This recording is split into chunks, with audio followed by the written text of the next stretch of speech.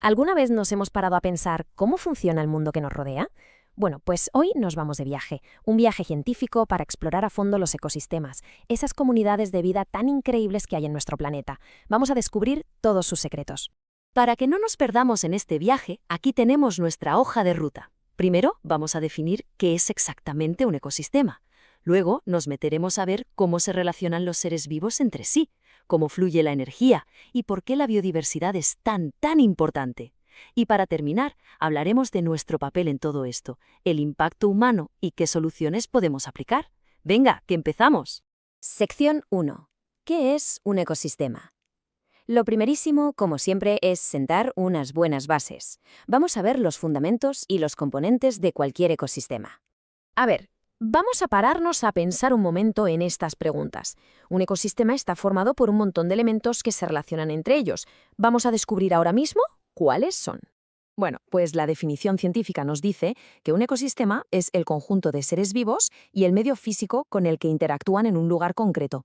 La palabra, de hecho, viene del griego oikos, que significa casa, y sistema, que es un conjunto organizado. Así que, si lo pensamos, un ecosistema es como una gran casa organizada para todos los que viven en ella. Para que un ecosistema funcione, necesita dos tipos de componentes principales. Por un lado, tenemos los factores vivos, que llamamos bióticos, las plantas, los animales, todo lo que tiene vida. Y por otro, los factores no vivos, o abióticos, como la luz del sol, las rocas o el agua. La verdadera magia de un ecosistema está en cómo interactúan estos dos grupos. Vamos a profundizar un poco más aquí. A la izquierda, los componentes bióticos. Al conjunto de todos los seres vivos de un ecosistema se le llama biocenosis, y estos seres vivos tienen una organización muy compleja. Sus células forman tejidos, los tejidos crean órganos y los órganos componen sistemas. A la derecha, los componentes abióticos. Al conjunto de estos elementos físicos como el clima o el suelo se le llama biotopo. Pues bien, el ecosistema nace de la interacción entre la biocenosis y el biotopo. Y claro, no todos los ecosistemas son iguales, ni mucho menos. Podemos clasificarlos. Hay ecosistemas terrestres, como un bosque o un desierto. Hay ecosistemas acuáticos, como un río o un arrecife de coral. También los hay artificiales, que son los que ha creado el ser humano, como un campo de cultivo o una ciudad. Y luego están los de transición, que son súper interesantes, como los manglares, porque conectan la tierra y el mar de una forma única.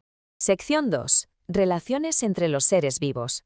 Vamos a ver ahora cómo se construye la vida en comunidad dentro de un ecosistema.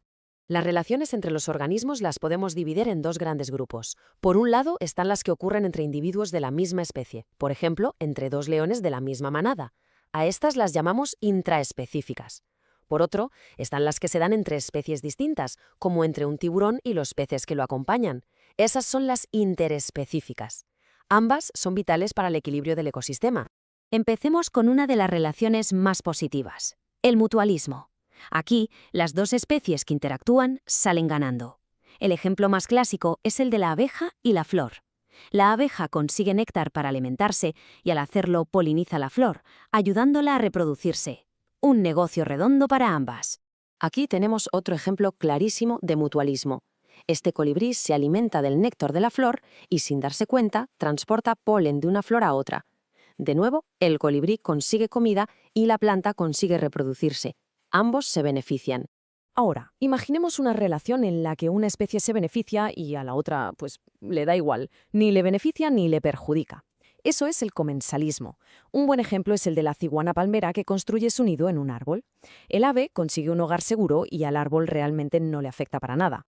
Y esto que vemos es un tipo muy específico de comensalismo que se llama inquilinismo. El pájaro carpintero utiliza el árbol como si fuera su casa, es su inquilino. Consigue refugio sin causar ningún daño al árbol, pero tampoco le aporta ningún beneficio. Pero claro, no todas las interacciones son así. En la depredación, un organismo, el depredador, caza y se alimenta de otro, la presa. En la herbivoría, un animal se alimenta de partes de una planta. En el parasitismo, un parásito vive a costa de un huésped, al que le causa un perjuicio. Y luego está la competencia. Cuando dos o más organismos necesitan el mismo recurso limitado como la comida, el agua o el espacio, y luchan por él. También existen otras, como el neutralismo, donde dos especies conviven sin afectarse para nada, o el amensalismo, donde una perjudica a otra sin que ella misma obtenga nada a cambio.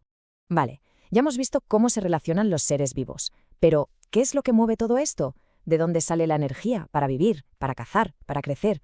La respuesta es, precisamente, la energía. Vamos a ver cómo fluye a través del ecosistema, pasando de un organismo a otro. La energía se transfiere siguiendo unos niveles que llamamos niveles tróficos. En la base de todo están los productores, como el árbol de caoba, que fabrican su propio alimento gracias a la fotosíntesis. El siguiente nivel son los consumidores primarios, que son los herbívoros que se comen a los productores. Luego vienen los consumidores secundarios, carnívoros u omnívoros que se comen a los primarios. Por encima puede haber consumidores terciarios e incluso cuaternarios.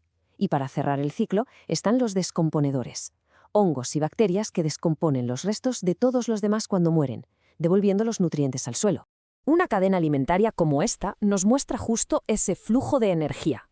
Y es súper importante fijarse en la dirección de las flechas. No solo nos dicen quién se come a quién, sino que nos indican la dirección en la que viaja la energía. Siempre va del ser que es comido hacia el que se lo come. Y con toda esta variedad de vida, llegamos a un concepto clave. La diversidad de vida, lo que llamamos biodiversidad, no es solo un listado de especies. Es en realidad el pilar que sostiene la salud y la fuerza de cualquier ecosistema. La biodiversidad, aunque suena a palabra complicada, es fácil de entender. Es toda la variedad de vida que hay en el planeta. Se estudia a 3 niveles. Primero, la diversidad genética, que es la razón por la que no todos los individuos de una misma especie son clones. Segundo, la diversidad de especies, que es el número de tipos distintos de animales, plantas u hongos. Y tercero, la diversidad de ecosistemas, desiertos, selvas, océanos. Y alguien podría pensar, bueno, ¿y qué más da si desaparece una especie? Pues importa y mucho, porque en un ecosistema todo, absolutamente todo, está conectado.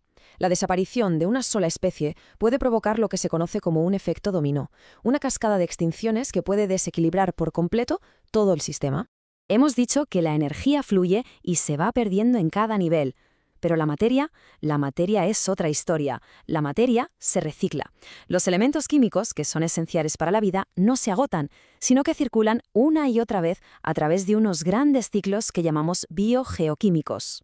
El ciclo del agua, o ciclo hidrológico, seguro que nos suena a todos. El sol calienta el agua de ríos y mares y ésta se evapora.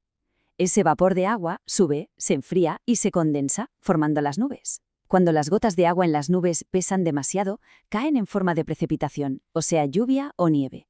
Y esa agua vuelve a los ríos o se filtra en la tierra, y el ciclo vuelve a empezar. Pero hay otros ciclos que son igual de vitales. Por ejemplo, el del oxígeno y el del carbono van muy de la mano. Las plantas, con la fotosíntesis, cogen dióxido de carbono del aire y liberan oxígeno. Y los animales, y también las plantas, al respirar hacemos justo lo contrario. Luego está el ciclo del nitrógeno, que es fundamental para fabricar proteínas. Aquí, unas bacterias especiales que viven en el suelo son capaces de fijar el nitrógeno del aire, convirtiéndolo en una forma que las plantas pueden absorber para crecer. Y con todo esto en mente, llegamos al último punto. Un punto en el que entramos nosotros directamente en la ecuación. Vamos a analizar el impacto de la actividad humana en estos sistemas tan delicados y, sobre todo, qué podemos hacer para solucionarlo.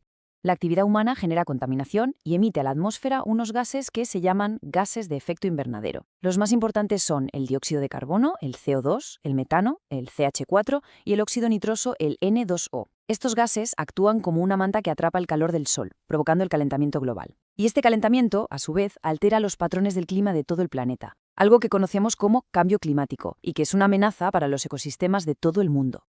Pero ¡ojo! No todo está perdido. Hay planes de acción, y uno muy conocido y eficaz es la regla de las 3 Rs.